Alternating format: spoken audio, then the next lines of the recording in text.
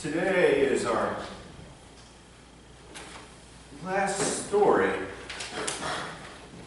from Elijah. And if we remember where we heard Elijah was last, he was hiding out in a mountain in a cave. And it was there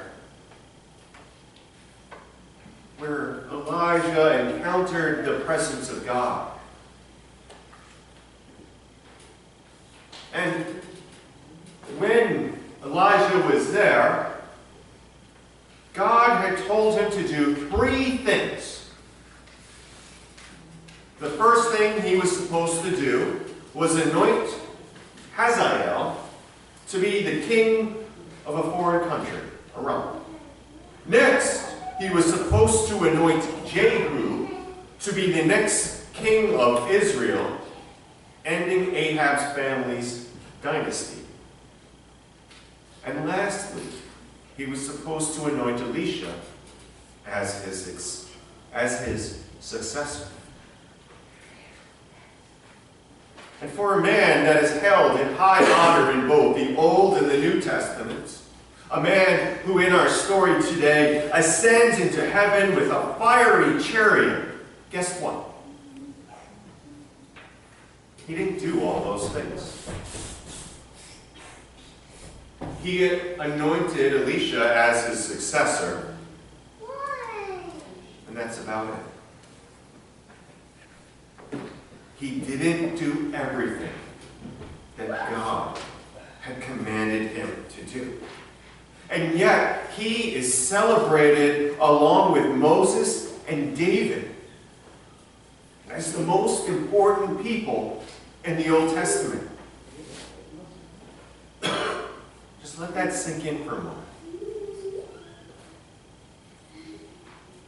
Elijah didn't finish his God-given job. It was his successor, Elisha, that would end up fulfilling these responsibilities. Elisha would go on and anoint Jehu to be the king of Israel. The Bible doesn't tell us who anointed Hazael to be the king of Aram.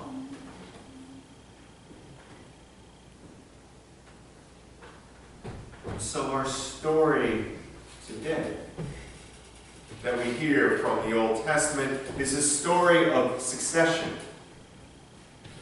Elisha had started to follow Elijah and had become his disciple for some time. And today, he became Elijah's successor. And it's an interesting story to hear. Because at first, Elijah doesn't want Elisha with him.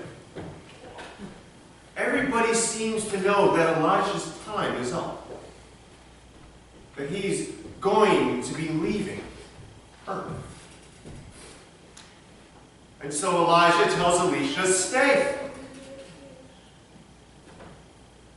And each time that Elisha is confronted with the fact that Elijah will be leaving him soon, he boldly states that he will stay with him until the end. It happens again and again and again. Elijah asks him. One group of prophets asks him. Another group of prophets asks him. And each time, Elisha says that he is going to stay with Elijah until the end. He is bold. He is determined in what he will be doing. And so, finally, as the end for Elijah is coming near, he asks Elisha what he can do for him. And Elisha says that he wants a double share of Elijah's spirit. Now, he isn't trying to become twice as powerful as Elijah. What Elisha is asking for is for the rights of a firstborn son. Firstborn sons in ancient Israel received twice as much as their other younger brothers. They were the head of the family after the father passed. And so Elisha in this moment is boldly asking for this right. He is asking to be recognized and marked as Elijah's successor so that everyone would know.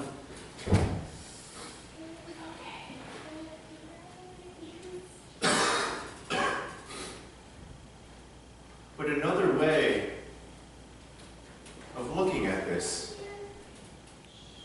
is that this is more than just a story of prophetic succession, of how one prophet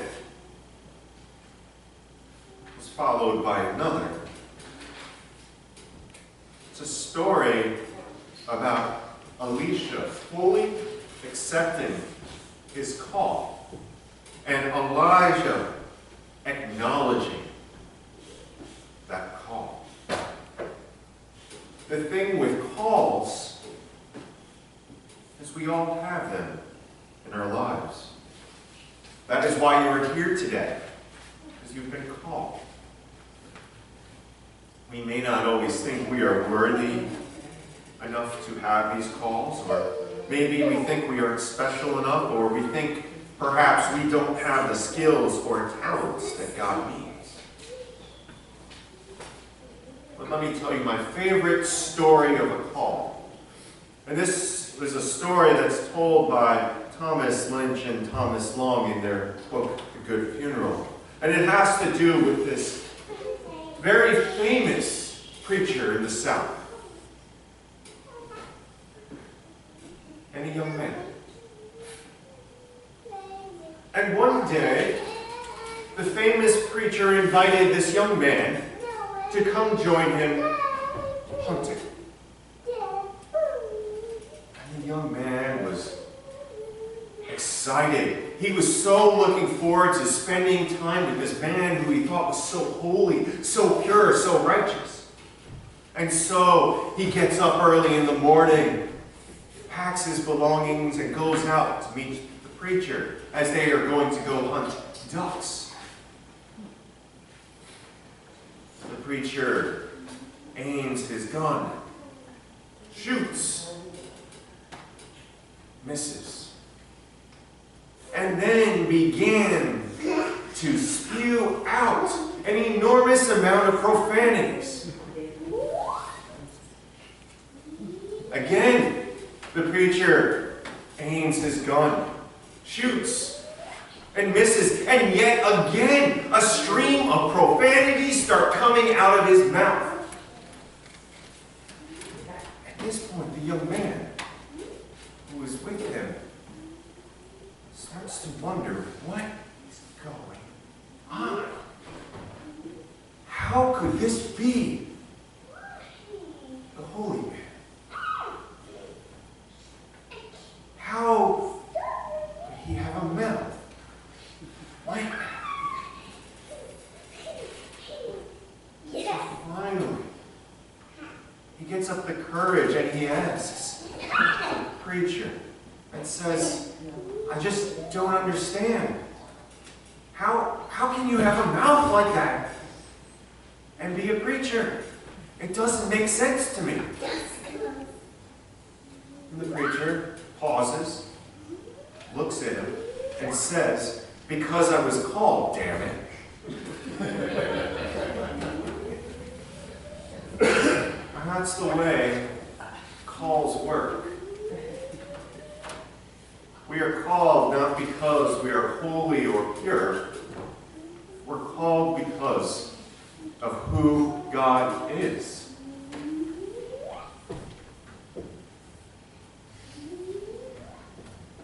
And so, this is a reminder for us to open our eyes, to see more, see not just how we are called, but how others might be called too. It may be that we have to think of people that we wouldn't choose ourselves. Who is going to call a man who spews out vocabulary that is horrible? God, not us. And the same is true from our story today, in that Elisha apparently looked funny. So funny, in fact, that one time in the Bible, there's a story that he walked into a village and some boys started mocking him, making fun of the way he looked, calling him baldy and other things. So, Elisha curses them. And 2 bears come out of the woods and maul 42 of the boys. I'm not sure I would have picked someone like that. I wouldn't have picked someone to be so vengeful. I might not have picked someone who looked so funny. But it's not about me and what I want. It's not about you and what you want. It's about God and what God wants and where God calls us to be. This is a story that calls us to look into unexpected places, to be surprised. We can look around us and see where we are. We can look around us and see where we have been, the way things used to be. But the moment is now. It's not 10 years ago. It's not 20 years ago. But now. And so that means that we are called to open our eyes, to look around us, to look at the people that we may not want to look at, to look at the people that are different from us, that talk differently, that dress differently, that speak differently, that act differently, and to look, to listen, and to see where God is calling them. Because one of the most important things that we can do, besides accepting the call in our own lives, is acknowledging that others are called, that others are chosen by God. And so for us, in this moment and in this day and in this time, this is a reminder for us of where to look, everywhere, of who to look at, everyone, and of when to do it, all the time. So in our comings and in our goings, when we talk with people, when we see people, when we avoid people, pause, stop, and take a moment to see where God might be calling that person, not just you. Look at the others, whoever they may be. Look and wait and hear God's call for them. Because that is our job. That is our responsibility of how we continue and how we serve.